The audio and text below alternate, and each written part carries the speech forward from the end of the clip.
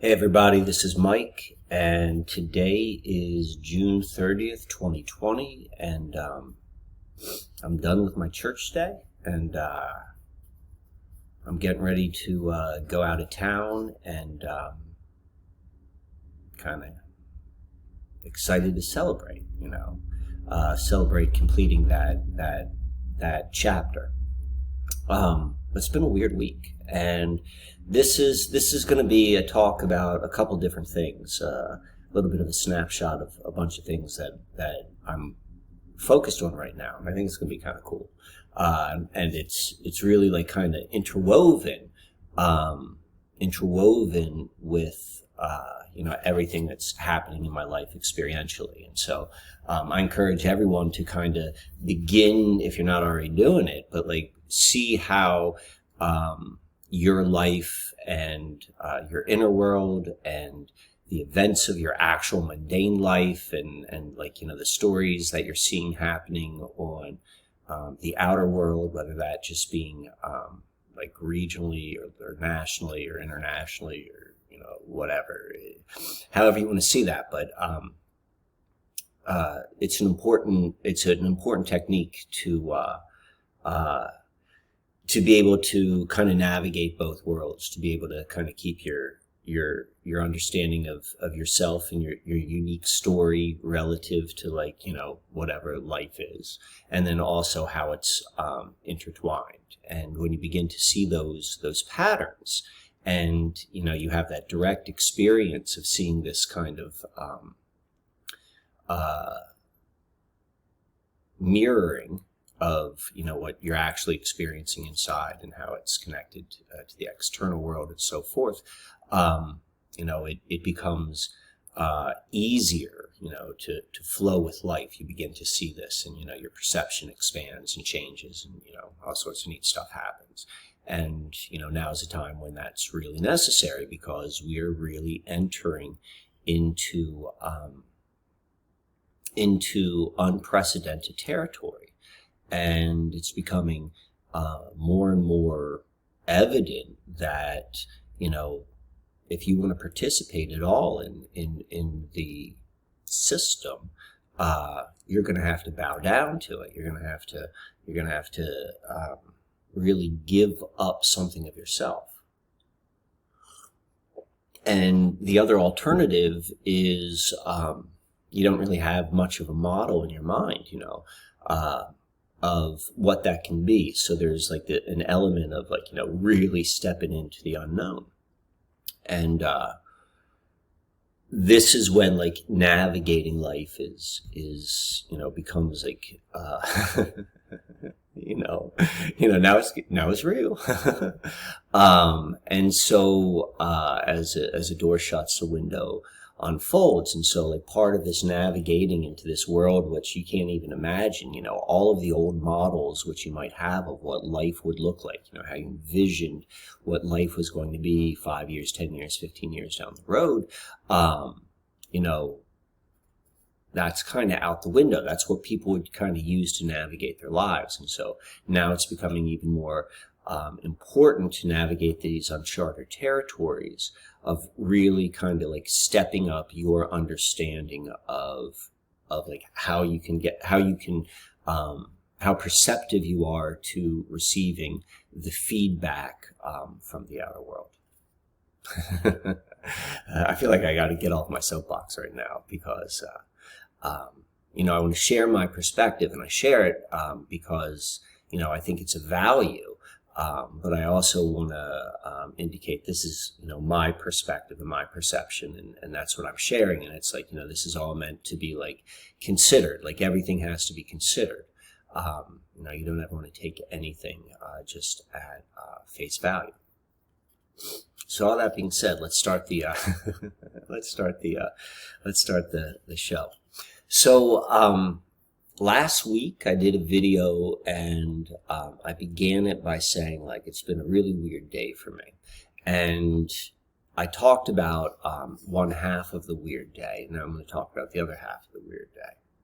So earlier that morning, I met up with this guy. I meet up with him on High Point. And he sent me an email, and he said like, "Hey, I'm passing through town. I dig your work, and I'm a professional stage magician, and I'm a mentalist, and I've got some cool MK Ultra stories, and I think it'd be cool to hang out." And I get contacted, pretty regularly from people who want to hang out, and I value my time. I value my time immensely. So it's easier for me to just kind of like have a pretty solid boundary. Like, you know what? My time's too valuable, and I don't want to, I don't want to have to pick and choose, if you will. And, you don't know what's on the other side of a computer screen. But that's usually been my, the way I would manage contacts. But this guy hit some hot buttons of mine. And so I was like, yeah, all right, let's go and do this. So I meet this guy up on High Point, and I liked him. He was a young guy, and he was real personable and fascinating. Like, these really, really cool stories. But what I want to share with you is when we're up there, he's like, "Hey, I do a lot of magic, like working the crowd, like, in trade shows or at like corporate events." And so he's got like kind of like souvenirs, which he gives out. And it's like, "Hey, I think you'd like this one." He had a couple for me. And I was like, "All right." And so he showed me this one, and it's good. It's an optical illusion. There's like no magic to it, but it's like, it's got a pretty big wow factor. But that was when the weirdness began. And this is where we want to begin. So this is the, let's see if we could see this. Yeah, right there. This is the artifact. It's a piece of, like balsa wood, I think it's called, like this real thin, light wood. And it's in this, 8-pointed, shape. It's not quite a star because they're rounded corners.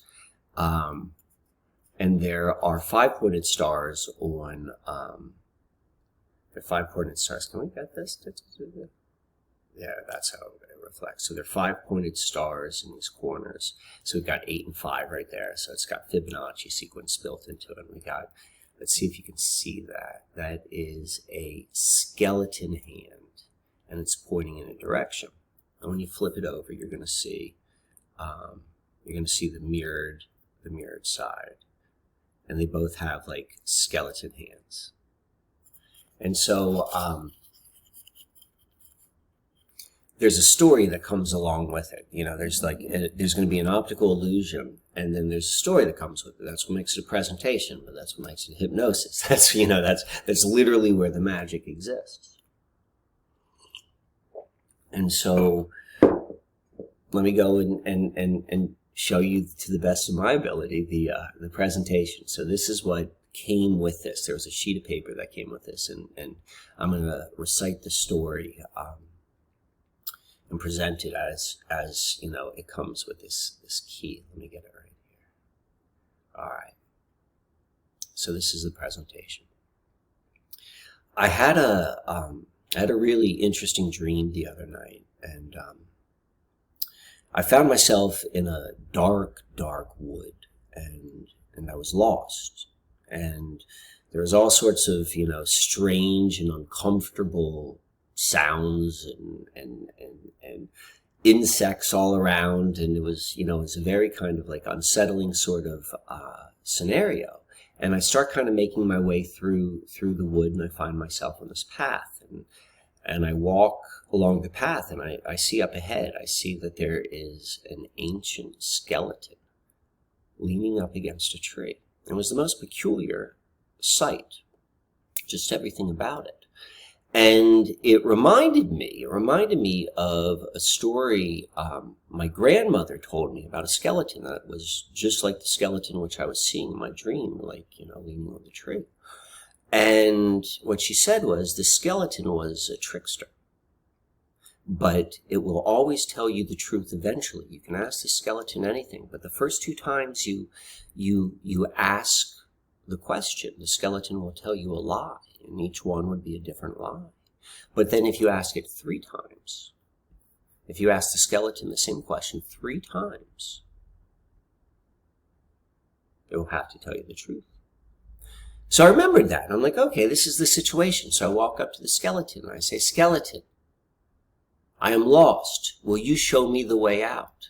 And the skeleton, his arms, they just start going round and round in this crickety-crackety way.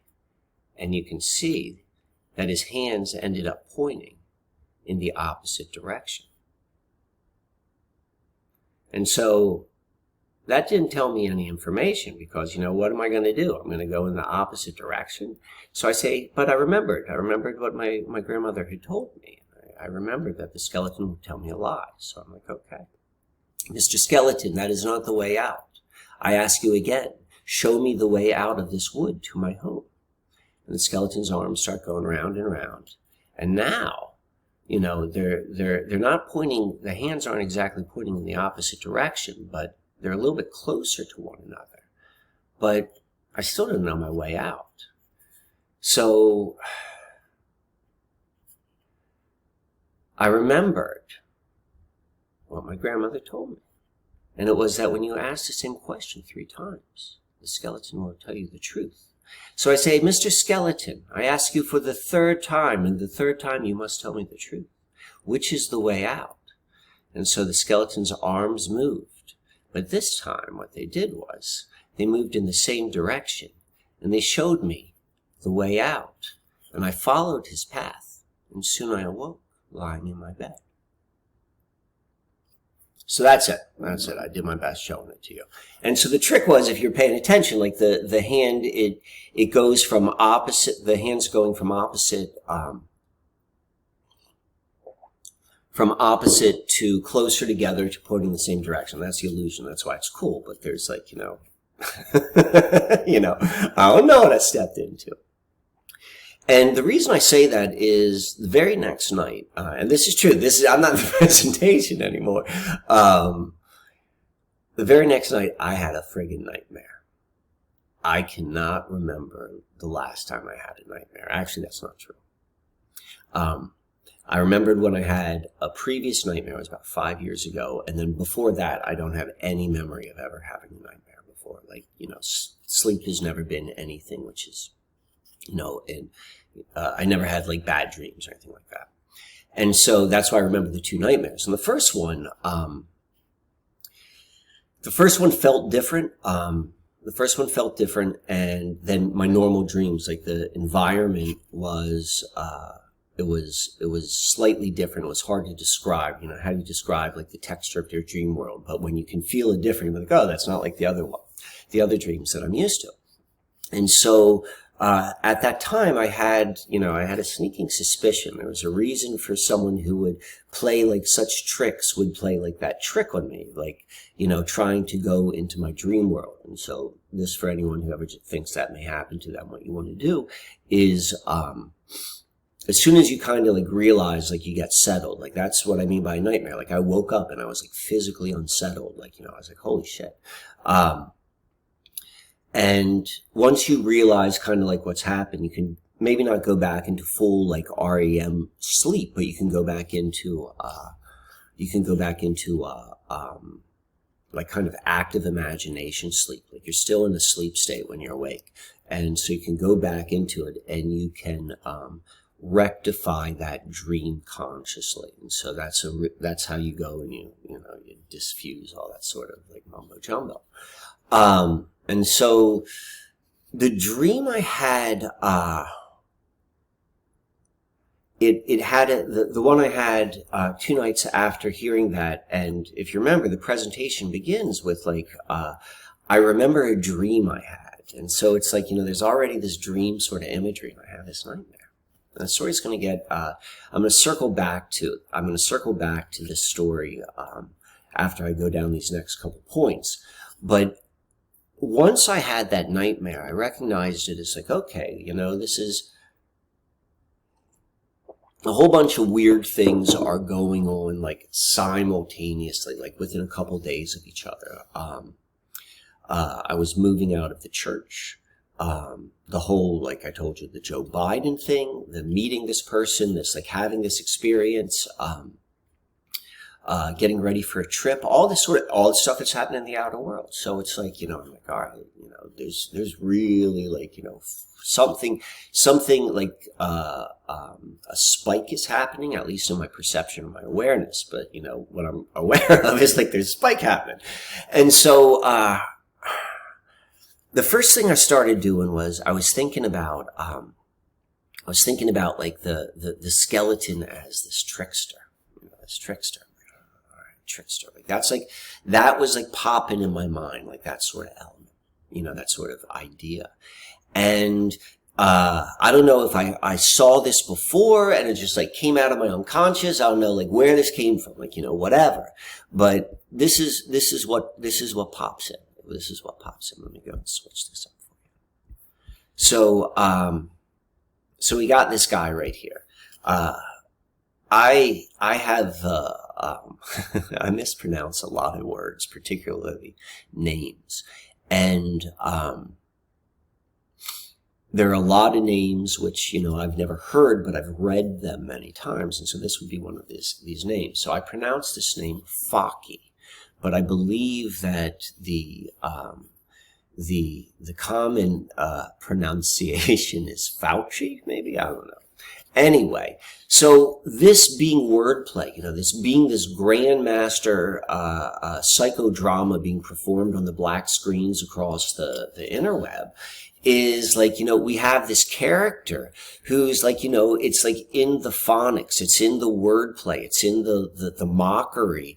This is this Faust Loki, Faust Loki blend of energies and archetypes. And so Faust, deals all about, is all about like is all about, making it a deal with the devil.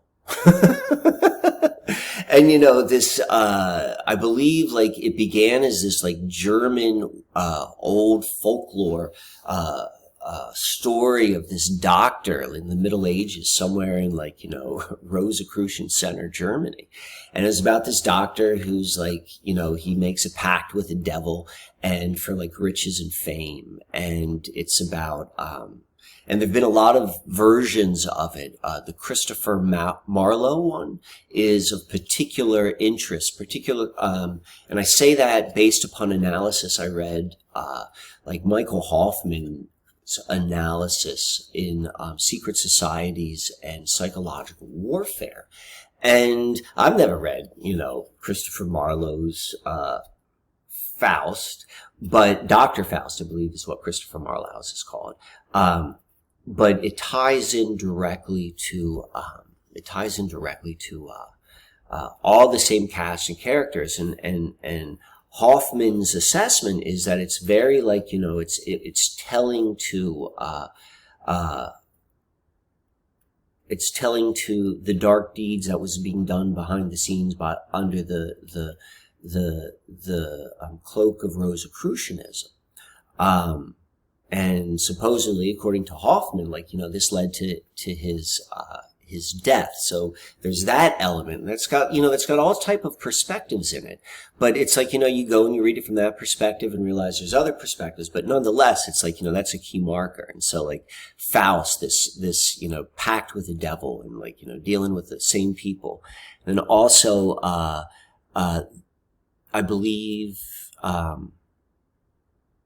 that it's a common understanding that it's about, it recognizes the end of civilization, the end of an age, the end of an era.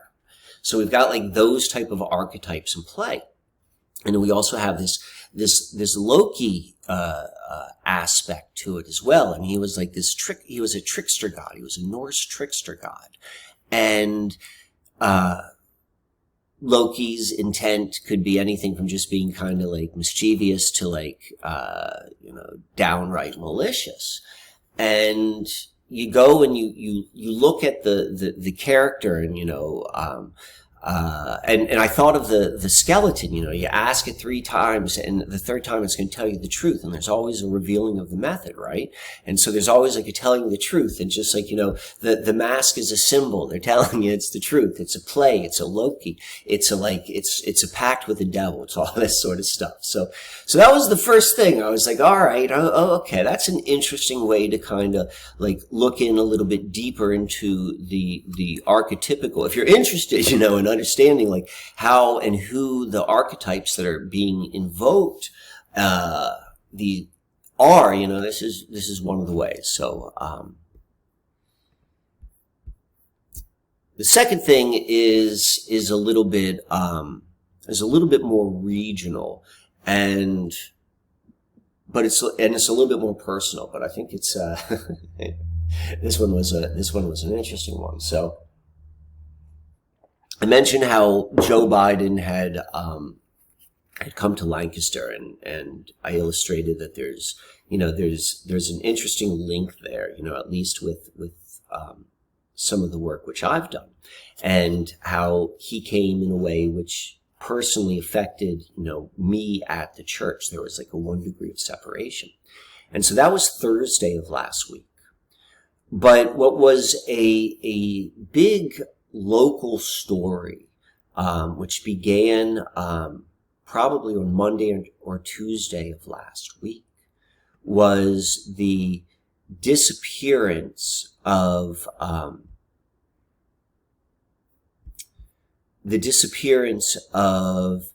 18-year-old Amish young woman. And it immediately hooked my attention.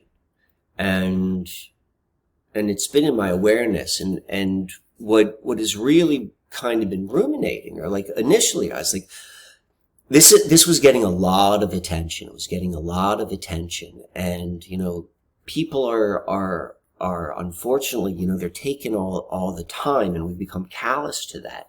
And you're going to see the news, you're going to see your Amber Alerts, but the amount of media attention upon this story was above and beyond what is normally shared within the system when someone goes missing.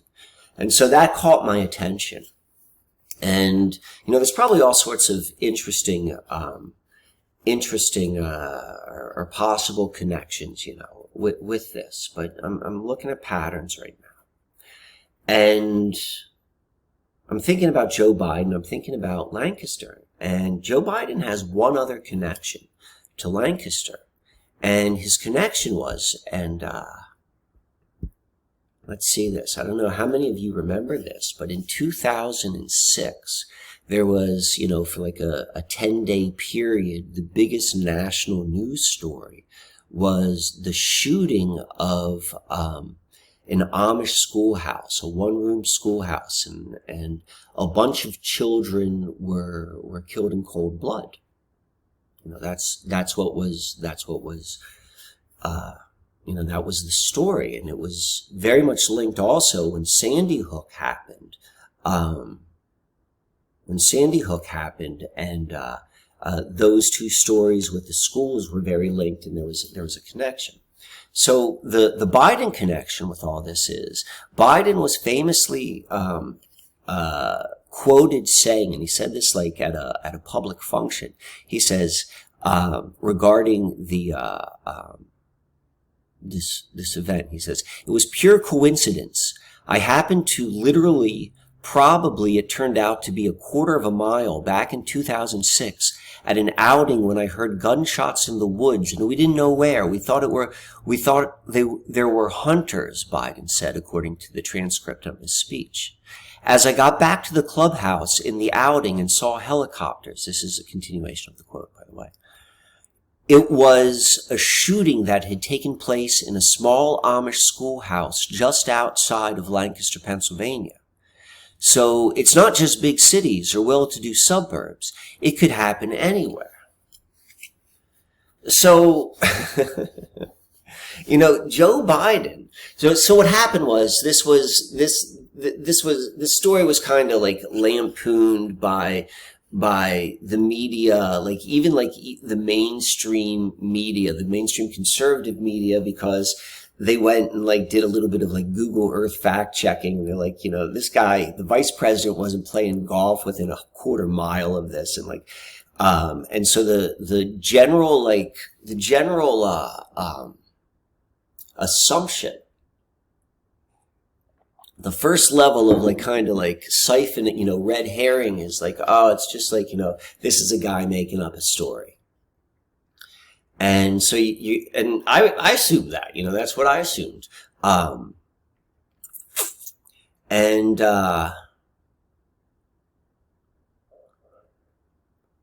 Listening to the skeleton tale, it's like, we know sometimes they tell the truth. Sometimes they tell the truth. And I'm like, what if this guy was in hearing distance of that shooting, This was, when you're investigating events, it gets blurry what's real and what's not real. And it's probably simply just as foolish to commit to one side of one universal conclusion or the other. So like there's a mixture. And so it's my sense is that this nickel mines thing really happened. And the fact that, I don't know, this young lady disappears. Where is that slide? Is this? Yeah, right here. This young lady disappears on the solstice, right before Biden like has this visit in Lancaster. It's kind of friggin' freaky. Let me go a little bit deeper with nickel mines here. So first off is like this young lady was last seen right here in this part of Lancaster, Lancaster County. Like the words Lancaster are intermittent between the city, which refers to like the city in the center of the county, and the county at large.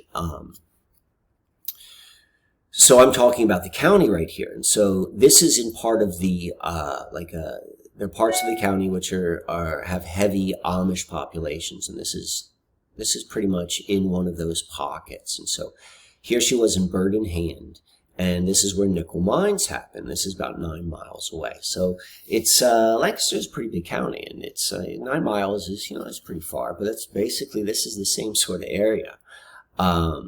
We can see here about this little drop in the collective consciousness. The Sandy Hook shooter fascinated by nickel mines, Amish killings. There's a link to that. And then when you dig a little bit deeper, like I've been through that part of Lancaster, and there's nothing that really kind of like stands out or is like, it's like this is a place of a certain history or energy or quality or even like beauty. It's just kind of like it's ho-hum, or at least it appears that way. It appeared to me, at least on the surface. But what's interesting, or what I found interesting about nickel mines is can I put more information? I thought I did, but so I didn't. I'll just have to tell you about this. You're gonna want to go look into this. Nickel mines is it was at its peak in the 1800s. It was arguably the largest producer of the mineral nickel on the planet. That's why we call a 5-cent coin a nickel, because of this.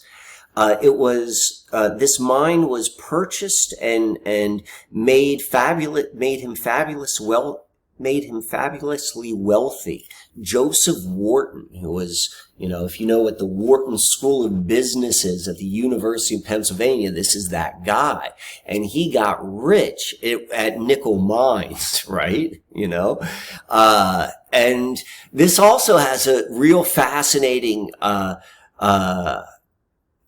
correspondence to Scranton too, because the steel industry in Pennsylvania, like I don't know that much about it, but I'm assuming it was big money, and I'm assuming like it was ruthless as can be, because I know the guys who came out on top were quite ruthless. So I'm just assuming like all of this sort of like, this industry there's a degree of ruthlessness, and this guy was one of the winners. He was one of the winners. And so, so Wharton. So this is what? So, Bethlehem Iron was the company which did the nickel, had the nickel mine, and it was Wharton who convinced the U.S. Mint to go make a 5-cent coin piece, and he will supply the material for it. And, that's why it's called nickel. And he came up with a way. He was a brilliant metallurgist, also. Like the dude was brilliant as well, but he was also this crafty businessman.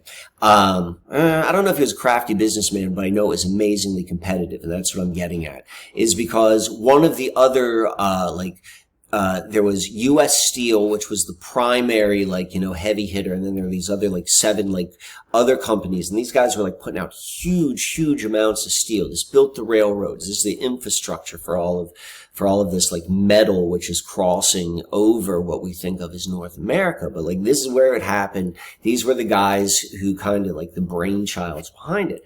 But there was a great deal of competitiveness and rivalry. And so, another one of these big companies was Lackawanna Steel, and that was in Scranton. And Scranton is, at the time, it was a big industry town because of Lackawanna Steel and then everything else that was supported from it.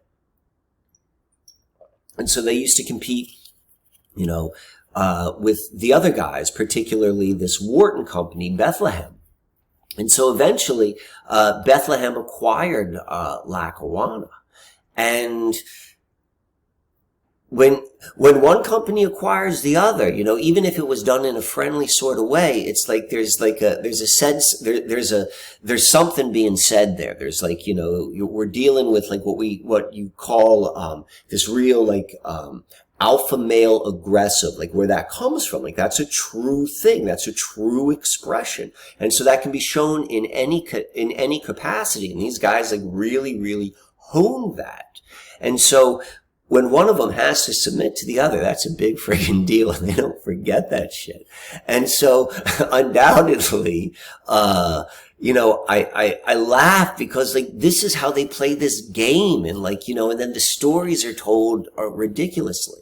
But part of what the psychodrama behind the scene, which was happening at nickel mines with Biden saying he heard that.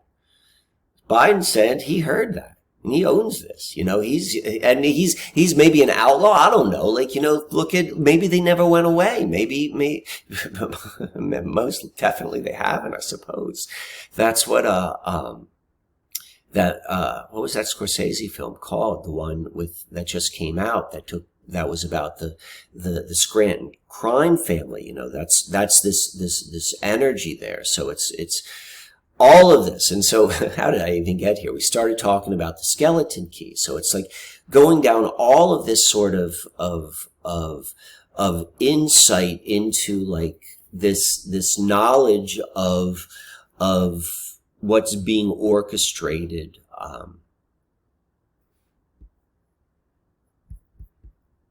what's being orchestrated right in front of us. And so what's being orchestrated right in front of us is this is the big show. This is maybe there's a bigger show down the road, but there's something major happening, and it's been prepping for this. And,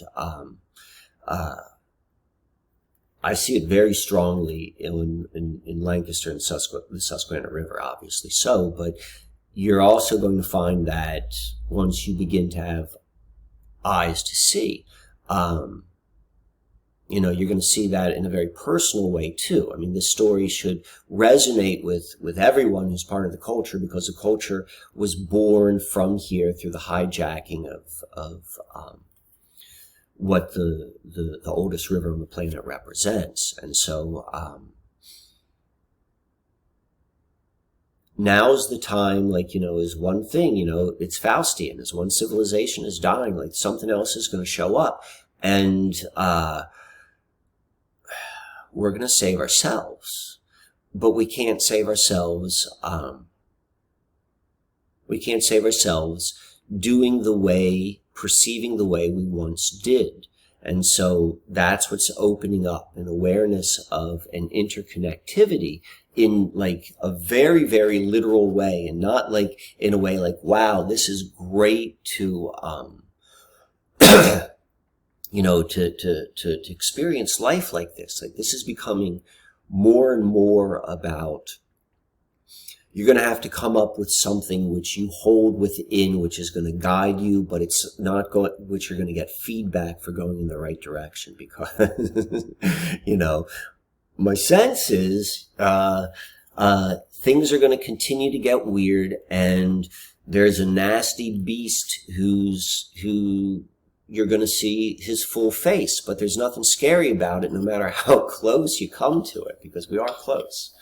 So here's the kicker. This is what I want to end up the whole thing for, or a show or presentation, or, the skeleton key. Because it certainly like, it unlocked like seeing some dark stuff, but then also recognizing like, if you're here, you're part of it. There's a part of you that understands it, that's connected to it. Whether you want to call that your shadow, or you want to look at that, however, and, there's a connection. So I've touched upon that, I think, this week with this, I've seen it for 60 days, if you will, living in a church. And now, like, I get this experience. And so this is where it gets weird. I told you the story. And this is the thing which is strange, or what jumped out at me was, I told you the story, with emphasis on the skeleton. But what jumped out for me was the tree. And this is why. There's a period in my life, ending at 2012, that I made a lot of collage artwork. And it all had a certain style. It had a certain look to it. And then and I used certain materials. They changed a little bit, but they're primarily the same. But this one,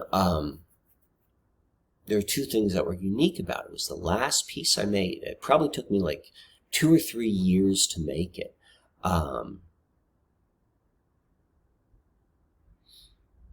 And it was the only piece which I did over a period of time. And the other piece I would start and then finish. I wouldn't have multiple pieces working on. But this one, it did. And it ended up using tissue paper. That's what all of this stuff is. This is like tissue paper. And if you look closely, and so it was the last thing I made. I never made another collage. When I was done this, that's the last time I ever made a collage. Or I haven't made one since. Maybe that's a more accurate way of stating it. And so that sticks out of my memory. Like, I don't really remember the order of anything else I made, but I know that this was my last one. And I have a couple which I'm like, this is my first one. I'm like, no, this is my first one. But everything else is just kind of a blur. But this I know is my last one. And this is the two most, for me, in making this significant parts of making this, and you can't really see in this picture, but these two hands, these two freaking skeleton hands, and they're pointing in opposite directions, right? And he's holding a friggin' tree. He's holding a friggin' tree. So there's a feedback loop, it's, there's part of me which is like, holy shit, is this one MK Ultra experience which I'm waking up to? Or is this something much, much grander? And for me, it comes back to this, the quote is somewhat soured by who it's attributed to, but nonetheless, I think it's an incredibly truthful quote. The most important question you can ask yourself is Is this a friendly place, or is this a dangerous place? Is this a friendly universe, or is this a dangerous universe? And I'm given a point of like what I'm committing to. And I'm committing to, this is a safe place. And so I guess that's what, I didn't plan on saying this when I started this, but if there was a conclusion for this 60-day journey, in the church, this being, at sundown was the completion of my agreement, was that this is a safe place. So it's with that, I bid you good night.